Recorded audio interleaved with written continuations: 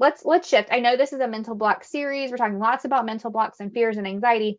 So let's talk about something a little bit different. Competition, meets. What can you do to help with those kind of nerves, or when you're backstage about to go on and the nerves and butterflies start to set in? What tips do you have for athletes to help them with those? Yeah, so this is goes beyond just backstage, but this is where I feel like it's really important. And as a coach, I was able to learn this myself. Is so there are a lot of things that are in your control and things that are out of your control.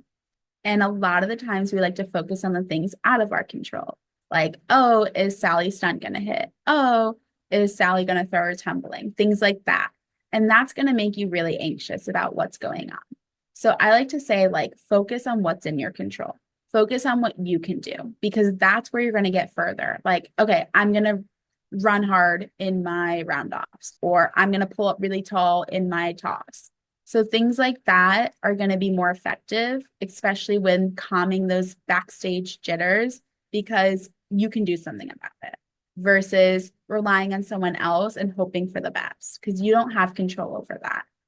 And just a quick little story that I always like to tell my athletes when we talk about this topic is I had a team one time. We had one stunt group have like a blowout backstage. They were not having a good time. And when we went to compete, it was very obvious that the team was really worried about that stunt group. But we had like two main stunt groups that year. Guess which stunt hit? The one that had the argument. And then the one that didn't hit is the one that they were all fine, but I think they were really in their head about, are they going to hit? Are they going to do their job? Are they capable? Because they were so worried about what was going on backstage, they weren't focusing on them. And so that's what happens when we focus on others, is that all of a sudden we might mess up. And that's something that you have control over, is focusing on you. So I always encourage my athletes to focus on what they can control and put their effort into their controllable versus worrying about others. Another big thing backstage is breathe, because breathing and talking, self-talk, are the two things you can always control. So what you're thinking about and how you're breathing. So like take those deep breaths, or take those quick breaths if you're trying to get yourself excited and ready. And then support your teammates. It might help you kind of distract yourself a little bit from the nerves, and it's helpful to your teammates.